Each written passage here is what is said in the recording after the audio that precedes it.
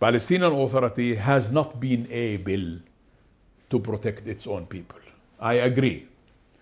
I agree that the Palestinian Authority is now collapsing. Here in the West Bank, there is no political horizon.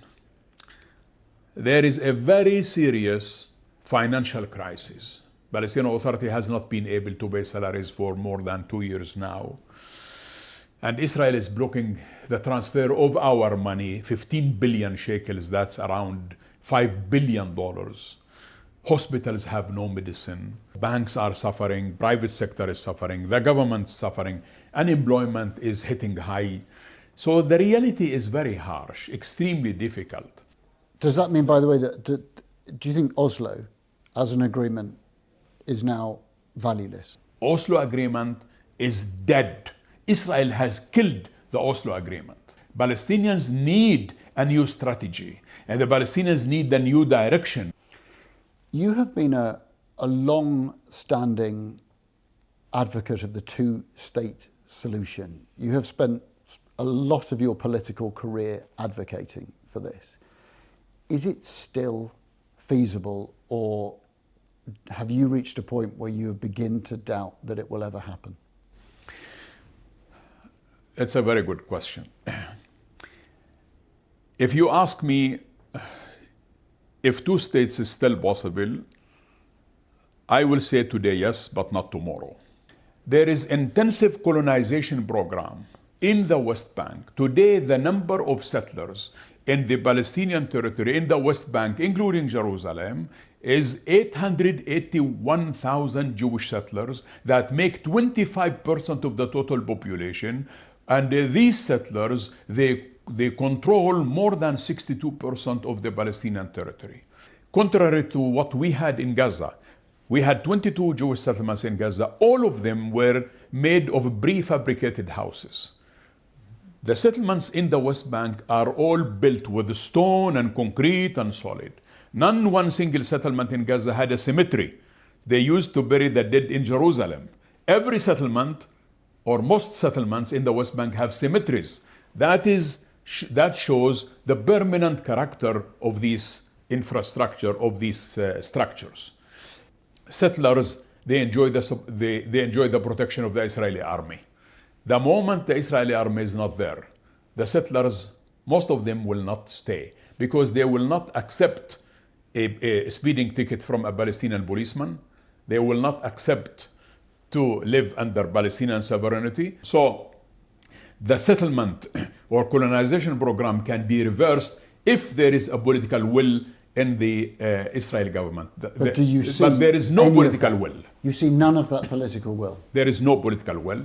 Therefore, a continuation of the Israeli policy, it has been designed to erode every possibility of a two-state solution. If Benjamin Netanyahu lost the next election, or someone else was prime minister, even if it is Naftali Bennett, do you see a different path for Israeli-Palestinian relations, or do you think it's baked in now? Israeli society is shifting to the very right. And therefore, for me, the difference between Netanyahu and Bennett is no more than the difference between Coca-Cola and Pepsi-Cola. So therefore, the issue for me is whether the next prime minister is ready to stand up and say, I am ready to end occupation that has occurred on the Palestinian territory in 1967, and I'm ready to sit down with the Palestinian partner and make peace. That is what makes a difference. I don't see the next Israeli prime minister is ready for that. Maybe they will go through cosmetic steps, small steps here and there, to try to regain international support or to regain the image of Israel that has been destroyed in the streets of London, Paris, Berlin, Madrid, everywhere and so on. So they will do it as a public relation campaign. We need a de Klerk in Israel. De Klerk in 1994 stood up and he said, I'm ready to end apartheid regime in South Africa. We need a prime minister who can stand up to say, I am ready to end Israeli occupation to the Palestinian territory, and I'm ready to talk.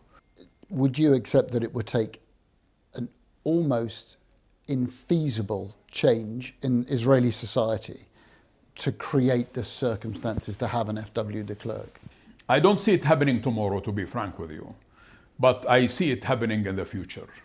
I have been, and colleagues have been, many times in the West Bank and seen horrific acts of violence against Palestinians and the after effects of these things.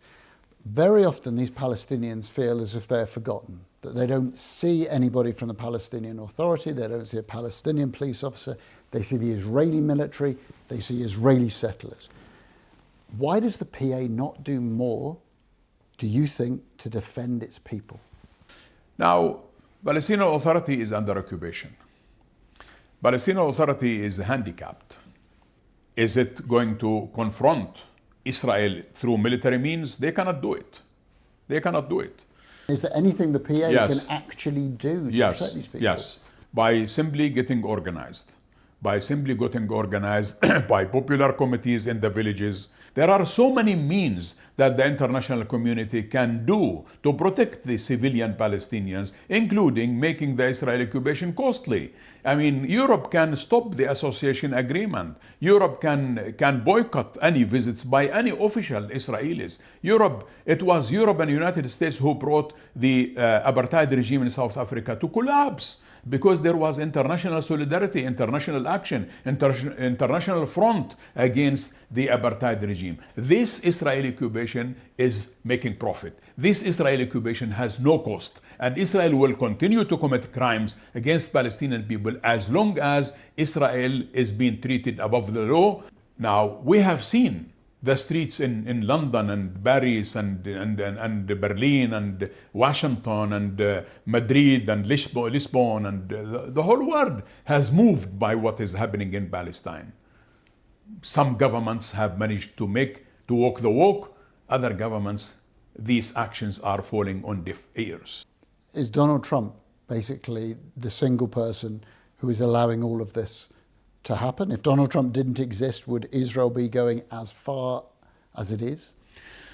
Well, by all means, President Trump has given the greenest of the green light to Israel to do what they are doing. And we know that it was Trump who authorized the annexation of the Golan Heights. It was Trump who moved the embassy from Tel Aviv to Jerusalem. It was Trump who closed the Palestine office in Washington. It was Trump who closed the American embassy in Jerusalem that has been opened in 1844. Yes, after more than 100 years, Trump has closed it. That used to be the American address for dealing with the Palestinians. So Trump has done so many things for Israel. They give him nothing in return. The British government, which recognized the state of Palestine, got praise from people like yourself for that act. Has that recognition been followed by anything that you would have expected? The British government that did recognize Palestine, first, it was overdue. Second, it was conditional. I mean, the British government recognized Palestine to punish Israel. I don't want the British government to punish Israel through recognition. This is, if you believe in two states, you should recognize the other state, which is Palestine. If you believe in international law, you should recognize Palestine.